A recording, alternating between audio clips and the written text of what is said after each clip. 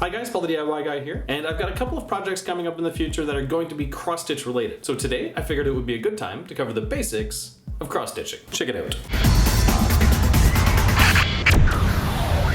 Let's start with something non-technical, choosing your pattern. Now if you are a novice at this, I highly recommend you pick something small.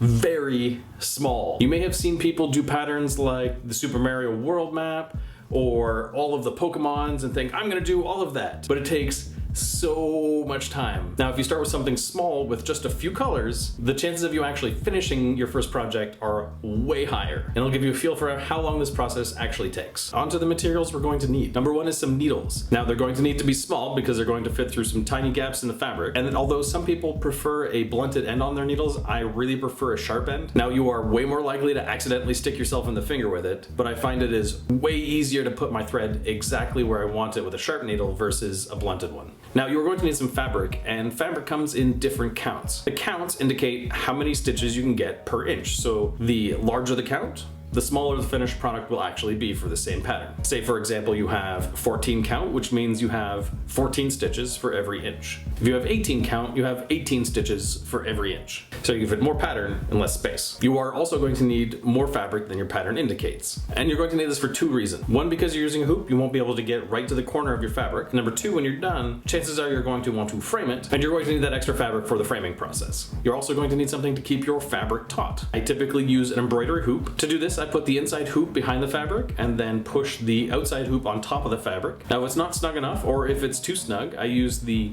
screw on the side of the hoop to adjust it and try again until I get it exactly the way I want it. Basically, I'm just trying to make the fabric in the center as tight as I can. You may find both wooden or plastic hoops in your stores. Personally, I prefer the plastic ones. The wooden ones have occasionally broken on me while I was working with them, but beyond that, I don't really notice any difference. You are also going to need some floss. Now, ever since I've started, I have only ever used DMC floss. DMC floss seems to be the most common when you're working with pattern, although there are other types available, and each floss is assigned a unique number and color. As for how long a floss you're supposed to use, well, my arm's out as far across as they will go, and then cut about that length. Now that's gonna give or take about 3 feet, depending on how long your arms are. Any longer than that, I find it tends to get tangled up pretty easily. Okay, so on to something a little more technical. Let's talk about how to read a pattern. Now, each pattern could be completely different than the rest, so chances are you're going to need to read the whole thing before you get started. Now, there is going to be some common themes across all of them. Now, typically each square represents a single full stitch on your fabric. Inside of each of these squares will be a pattern or a symbol or a color,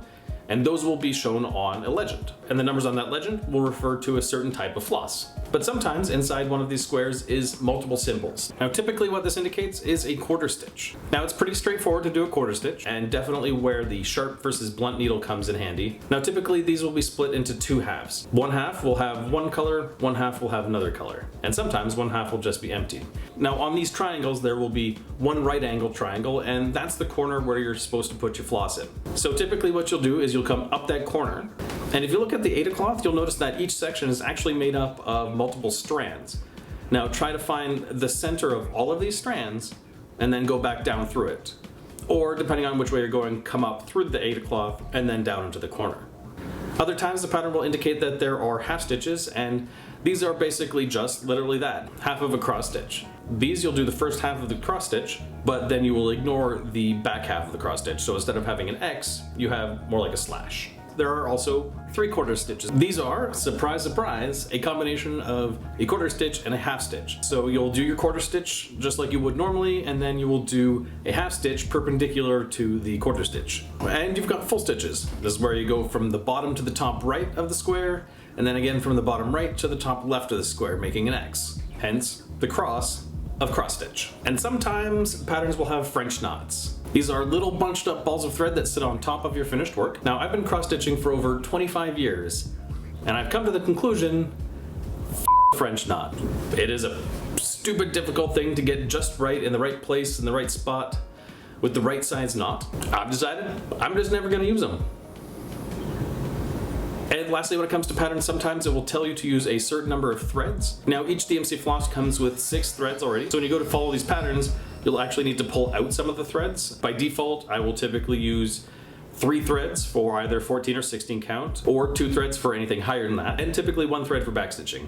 But each pattern will have its own requirements. Okay, so assuming you've had a chance to look over your pattern, you've got all the materials you need, you understand what all the stitches are, now it's time to actually put some stitches on the fabric. And you're thinking, where do I start? Not all, but most patterns should have some sort of center mark lined out on them. So what this will allow you to do is to take your fabric, fold it in half, and then fold it in half again, and where both of those folds meet, that's your center. I tend to put my needle there temporarily, so I know where it is when I unfold the fabric. Now you can either do one of 2 things from here. You can simply start there, or you can find one of the corners to work from. Now, to do this, count up and over the number of stitches indicated on the pattern on the fabric. Now, personally, if I have the option, I will work from the top left corner down to the bottom right hand corner. And the reason I do this is because as I'm working, basically I will find that my finished stuff will hang over the backside and not get too much in the way. However, if I'm working bottom right to the top left, I find that the finished product tends to get in the way of my actual stitching. So I really prefer not to do that. Now, when it comes to working on larger projects, I know some people have a technique where they actually work like 1 square at a time, where they do a 10 by 10 and they have all sorts of threads on the go. Now, I don't use that technique. Typically what I will do is I will start with a color and I will do all of that color in the immediate area I'm working on. And from there, I will pick a second color that's attached to it and finish all of that color in the area, and so forth and so on. But really when it comes down to it is just to use whatever technique works for you. So you've got all your stuff ready to go, you've found the spot on the fabric you want to start. How do you actually go about starting it? Now, first things first, you're going to thread your needle. Now, typically what I'll do is I'll actually lightly lick the end of the thread. Gross, I know, but that's how I do it. Twist it to make a nice point, put it through the eye hole of the needle, and then pull it through until it's about halfway down. Not all the way half, because you're going to need to work on a single half at a time, but most of the way there. Once you're threaded, put your needle up through the bottom, pull the thread almost all the way through, leaving about 1.5 inches, 2 inches worth of leftover bits, and then come down the other side. And when you're pulling down, be careful not to pull your thread through. It's really easy to do, so take your time, find your next stitch, and do another stitch. And repeat this process, and as you're going, try to tuck the tail in behind the stitches that you're working on. I find this is only really necessary for the first color you're working on. So typically for the second color that I'm working on, I will start on the back of the first color that I'm working on. I'll just put it through and wrap it around a couple of times to make sure it stays. Let's assume you followed the pattern so far and you're down to everything but the back stitching. I always do the back stitching last. It's going to be the part that goes on top of everything, and it really makes a difference in the finished product of your cross stitch. Now again, check your pattern to see if it has anything to say about back stitching, but if it doesn't, typically what I will use is a single thread. And for doing it, you simply pick a spot to start,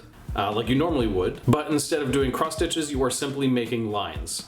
Sometimes you're going to have the ability to do single stitches, sometimes you're going to have to do over multiple gaps. This really depends on the pattern. So sometimes you'll be going up, sometimes you'll be going down, sideways, diagonally, sometimes you'll be going across multiple rows and multiple columns. Really just look for the parts where the lines intersect the corners, and that should give you a good idea of how big your stitches should actually be. And at this point, you are pretty much done. Chances are you're going to want to frame this. Now, some people simply use their embroidery hoop that they're working on. Now to do this, you'll simply cut off any excess fabric from behind the hoop and then tie it off at the back. I have never actually done this myself, so I don't really know how to do it. I've never found a hoop that I've liked well enough to do this. Now you can also frame it yourself. Now one technique to do this is to take some foam core and cut it to the size of your pattern, and then very slowly take some very tiny nails and pin it into place. Stretch it out as far as you can, and then put another nail on the opposite side. And then continuing this process all the way around the foam core until you've got it securely in place all the way around. From there, you can put it into a frame of your choice. And again, not really what I've chosen to do. What I have typically done is I have gone to a framer's. Ask around, chances are one of your local framers will do cross-stitch framing. Now, I've never found it been cheap. Now I figured for the amount of time I invested making these, it is absolutely worth it for me to invest some money to finish it off properly. And I've always been happy with a finished product when somebody else is taking care of this step for me. And that is the basis of cross-stitching. Thank you so much for watching. If you like this video, make sure to hit the like button. If you have not done so already, make sure to hit the subscribe button. Until I see you next, stay crafty, my friends.